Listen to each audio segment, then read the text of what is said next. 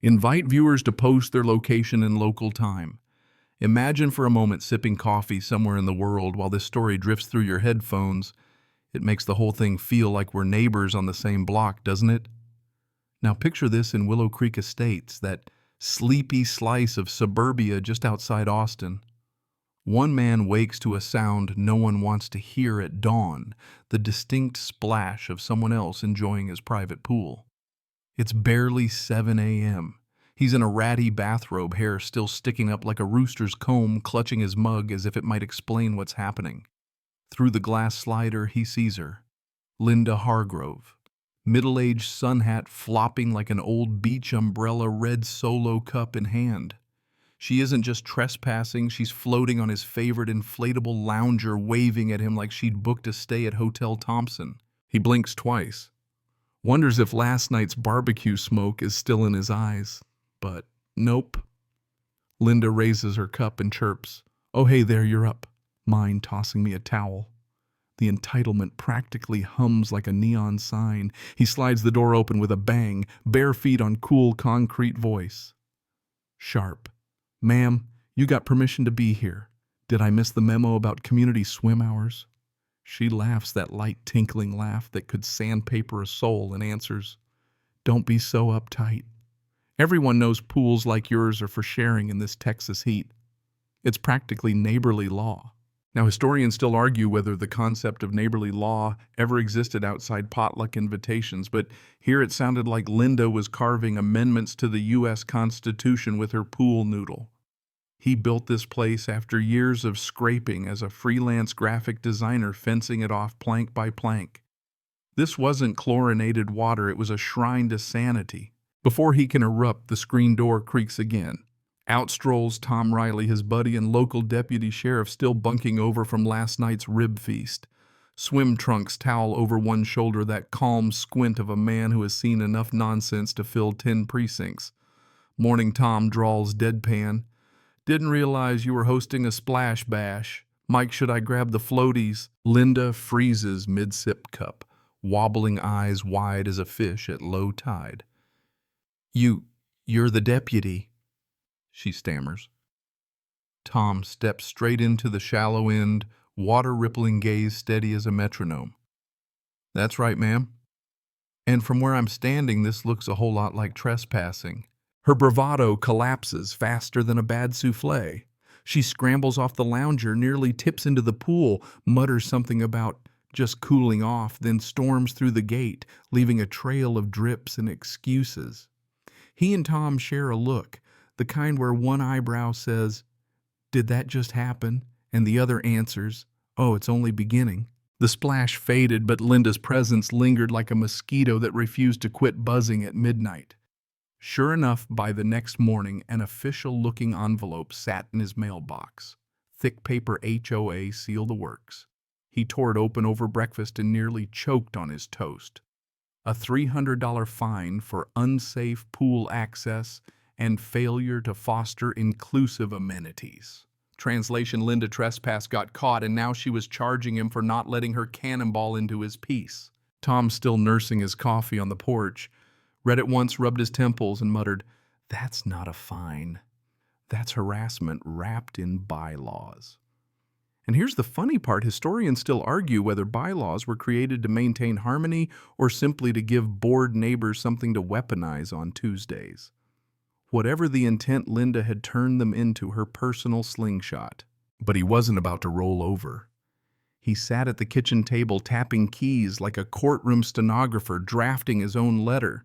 He quoted the charter word for word, citing property rights trespass laws and Tom's first-hand witness account.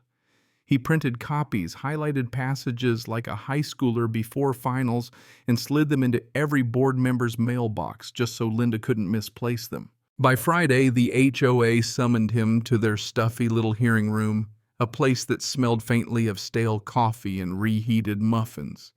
Linda Pearl's perch like armor launched into a tirade before the folding chairs were even filled. "Mr. Thompson is hoarding a community resource. His selfishness breeds division. We must uphold the spirit of unity." Her voice rang like a bad soap opera monologue. He stood, calm documents in hand, and countered, "Linda trespassed. Deputy Riley saw it all. There is no bylaw requiring me to hand over my private pool. Push this fine and I'll bring in county attorneys." The room hushed. Murmurs spread. One board member leaned back, sighed, and finally muttered, "Best to drop it before lawsuits fly." Linda stormed out, heels clacking like a marching band, dignity shredded. Tom smirked over beers later that night and warned, "She won't stop. Embarrass her in public, she'll escalate. It's not about pools anymore, it's about power."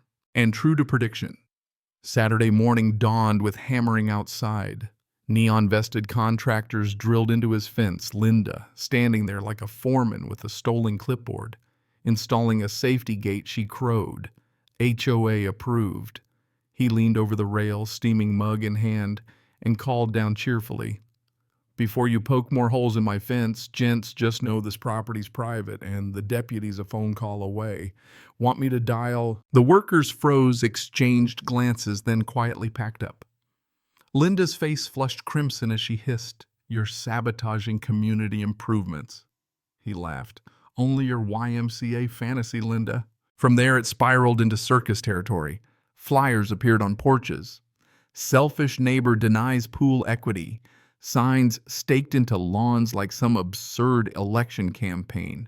She held sidewalk rallies with catchphrases about fairness, her voice rising until even the squirrels packed up and left. But he filmed every stunt, every poster, every wild speech. Evidence for the next round, ammunition for the inevitable clash. And when she called another emergency meeting trying to paint him as the villain of Willow Creek, he stood calmly again, sliding proof across tables, neighbors whispering, heads turning. One finally piped up, "She swam in my tub last year, called it a safety check." Suddenly, Linda's history wasn't heroic. It was a pattern. And her mask began to crack. By then, Linda was cornered, but some people fight hardest when the walls close in. Early one morning, flashing lights stuttered across his blinds. 2 patrol cars sat at the curb. Linda gesturing wildly in her robe, yelling, "There he is! He's running an unlicensed pool business." Officers approached serious as surgeons. He led them around back, heart-steady pool, shimmering like a mirror. Empty. No ticket books opened, no citations written. And right on cue, Tom walked out in full uniform badge, catching the sunrise. His voice cut through the nonsense like scissors through wrapping paper. "False report's a crime, ma'am." Linda's mouth opened, closed, then sputtered excuses as neighbors whispered from driveways. Her credibility cracked like thin ice in March. But desperation has no curfew. That very night around midnight, the sound returned, water slapping against tile. Flashlight in hand, he crept out, beam slicing through the dark. There she was again, waist deep in his pool, muttering to herself as if trespassing had turned into ritual. He hit record on his phone, voice firm, "Linda, this ends now." She froze, shivering, though the night was warm, whispering, "I just needed control." She scrambled out, dripping and defeated, leaving footprints that looked more like retreat than rebellion. The footage sealed it. At the next board session, he rolled the tape. Gasps spread like ripples. Members shifted uncomfortably as whispers of "again" floated through the air. The vote was unanimous. Linda was ousted for abuse of power. Her clipboard, once her sword, lay abandoned on the table as neighbors clapped not for revenge but for release from her reign of pettiness. Yet her story didn't end with applause. Days later, smoke curled into the sky from her backyard shed. Fire crews doused it quickly, ruled electrical fault, but Linda stood in the street shrieking, "He did it! Revenge!" Tom investigated thoroughly, reviewed every scrap of evidence, and cleared his friend entirely. But by then the crowd had stopped listening to her cries. Isolation had swallowed her whole. Curtains drawn, flyers yellowing in the sun, the empire she built on intimidation reduced to whispers and pity. One evening, he spotted her lingering at the edge of his fence line, shoulders hunched, eyes rimmed with shadows. She murmured into the twilight, "I just wanted something mine."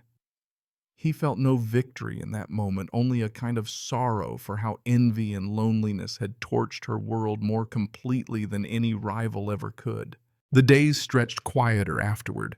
Tom raised a glass on the porch, toasting surviving entitlement, and the cicadas hummed like a choir.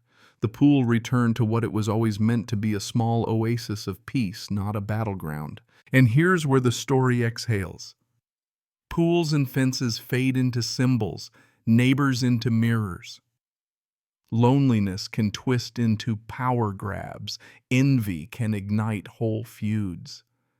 But the lesson rests not in Linda's fall, rather in the reminder that community works only when respect flows as freely as water. The night air softens, porch lights glow, and the world feels still enough to let thoughts drift. Perhaps justice won, perhaps it simply endured.